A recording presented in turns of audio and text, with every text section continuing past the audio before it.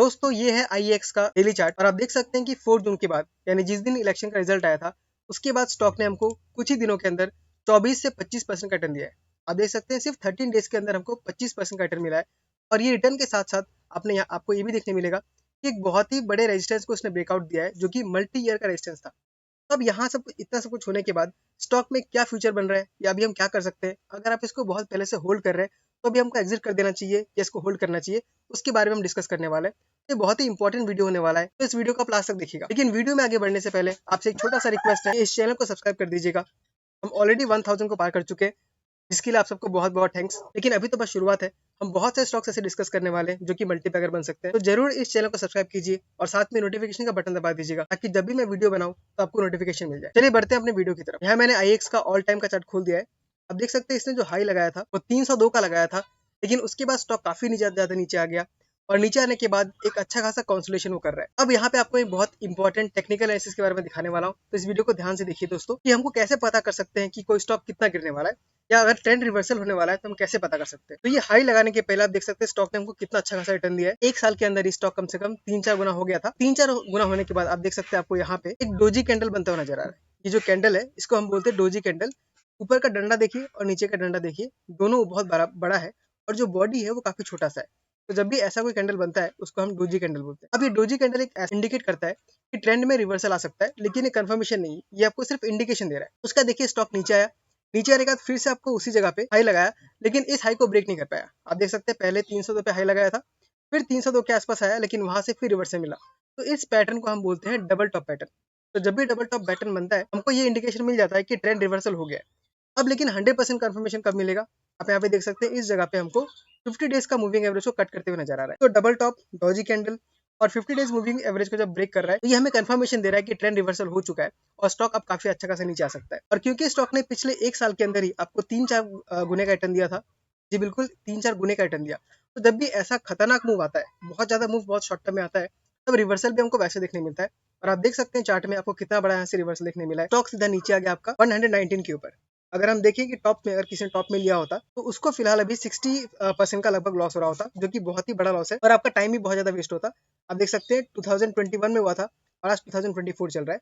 तो हालांकि स्टॉक ने थोड़ा रिकवर किया है, लेकिन रिकवर करने के बाद भी आप 42% के लॉस में बैठे होते और आपका टाइम कितना चला गया होता, लगभग 3 साल आपका जा चुका है और आपका जो स्टॉक है वो -42% का है।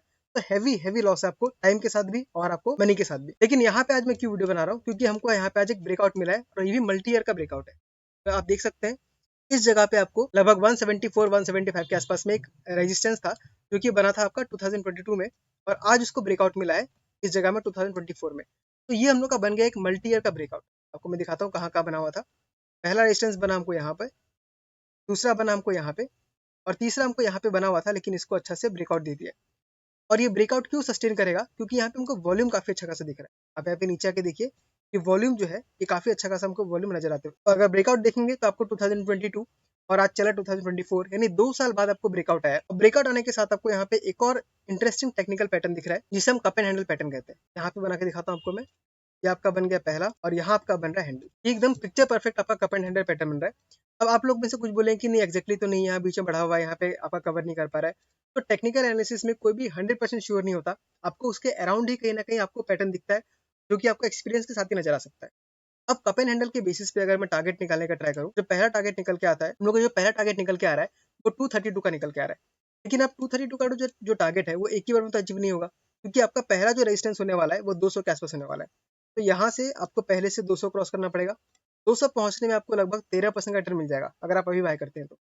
और अगर 240 पहुंचता है, हम लोग का जो टारगेट है 230 पहुंचता है, तो आपको 30% मिल सकता है, जो कि अगेन एक बहुत ही अच्छा खासा रिटर्न हो सकता है। तो ये हमने एनालाइज किया कि टेक्निकल चार्ट कैसे दिख रहा है। अब हम सब फंडामेंटल्स भी आके देख लेते हैं। फंडामेंटल्स तो कंपनी की ठीक ही है, ROCRA काफी अच्छे, खाली वैल्यूएशन बहुत महंगा हो गया था। तो यहाँ पे हम देखने वाले हैं शेयर होल्डिंग पैटर्न में क्या दिखा रहा है। तो अगर हम प्रमोटर होल्डिंग में आके देखेंगे तो प्रमोटर होल्डिंग 0 है। तो इसमें घबराने वाली बात नहीं है, क्योंकि ये एक प्रोफेशनल लर्न मैनेजमेंट है, यानी इसका कोई एक प्रमोटर नहीं है, सब लोग मिलकर इसको प्रमोट करते हैं। और ऐसा होने से घपला होने के चांसेस बहुत ही कम होता है। ITC भी एक ऐसी कंपनी है जिसका प्रमोटर 0 है। म्यूचुअल फंड्स को देखिए तो अच्छा खासा हमको बाइंग नजर आ रहा है, 16% से 20% पे है। यानी कि हमको जो वॉल्यूम दिख रहा है ये किसने खरीदा है, यहाँ पे इसको खरीदा है म्यूचुअल फंड्स ने, जो कि एक अच्छी बात है। अदर DIs को देखें तो उन्होंने भी थोड़ा थोड़ा इंक्रीज किया है, 5% से 6.3% पे है। हल्का सा इंक्रीज है, लेकिन इंक्रीज तो है। एफआईएस का देखें तो एफआईएस बेच रहे हैं 17% जो होल्ड करते थे पहले, अभी वो 10% पे आ गए। तो 10% अभी भी काफी अच्छा खासा स्टेक होल्ड कर रहे हैं। भले ही बेच रहे हैं, लेकिन इनका बेचा हुआ कौन खरीद रहा है? खरीद रहा है म्यूचुअल फंड्स। तो इसमें कोई घबराने वाली बात नहीं है। लेकिन अगर रिटेलर्स का देखें तो रिटेलर्स अभी भी इसमें 61% होल्ड कर रहे हैं, लेकिन वो बहुत ज्यादा चिंता करने वाली बात भी नहीं है। अब यहाँ पे अगर हम बात करें कि फिलहाल हम स्टॉक में क्या कर सकते हैं, तो यहाँ पे बाइंग करने का मैं तो उतना इंटरेस्टेड नहीं हूँ, क्योंकि वैल्यूएशंस अभी भी थोड़ा हाई है। और अगर अपने बारे में बात करूँ तो मैं इसको 200 के लेवल से होल्ड कर रहा था, लेकिन मुझे लॉस में बेचना पड़ा। जब ये 171 के आसपास आया तब मैंने इसको बेच दिया था। तो मुझे लगभग 3-4 हज़ार रुपये का लॉस हुआ था, मुझे एक्जैक्टली याद नहीं है। लेकिन उस कंपनीज को बेच के मैंने कोई बाकी कंपनीज खरीदे, जिसमें मुझे अच्छा खासा प्रॉफिट हो गया, तो मैंने अपना लॉस रिकवर कर लिया। अब यहाँ पे जो होल्ड कर रहे हैं, जिसने अभी तक नहीं बेचा है, वो यहाँ पे वेट कर सकते हैं, क्योंकि टारगेट अभी हमको 200 का निकल के आ रहा है।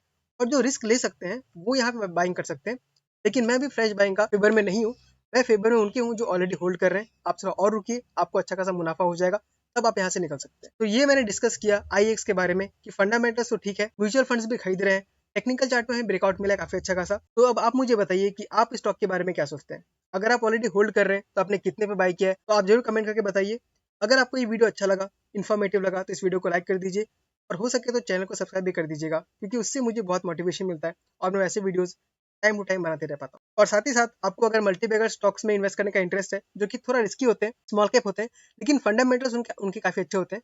फ्लक्चुएशन तो आपको होगा, क्योंकि स्टॉक्स काफी छोटे हैं, लेकिन उसमें रिटर्न भी काफी अच्छा खासा मिलता है। तो मैं उन्हीं के ऊपर जनरली फोकस करता हूँ। आप देख सकते हैं मैंने Dodla dairy, SMC global, ADF foods और ऐसे बहुत सारे स्टॉक्स के ऊपर वीडियो बनाए हैं, जिन्होंने हमें काफी अच्छा खासा रिटर्न दिया है। तो अगर आप उन वीडियोस के बारे में जानना चाहते हैं, उन कंपनीज के बारे में, तो ये वीडियो को चेकआउट कर सकते हैं। मैं मिलता हूँ आपसे अगले वीडियो में किसी अगले स्टॉक के साथ। तब तक के लिए tata, bye bye, take care.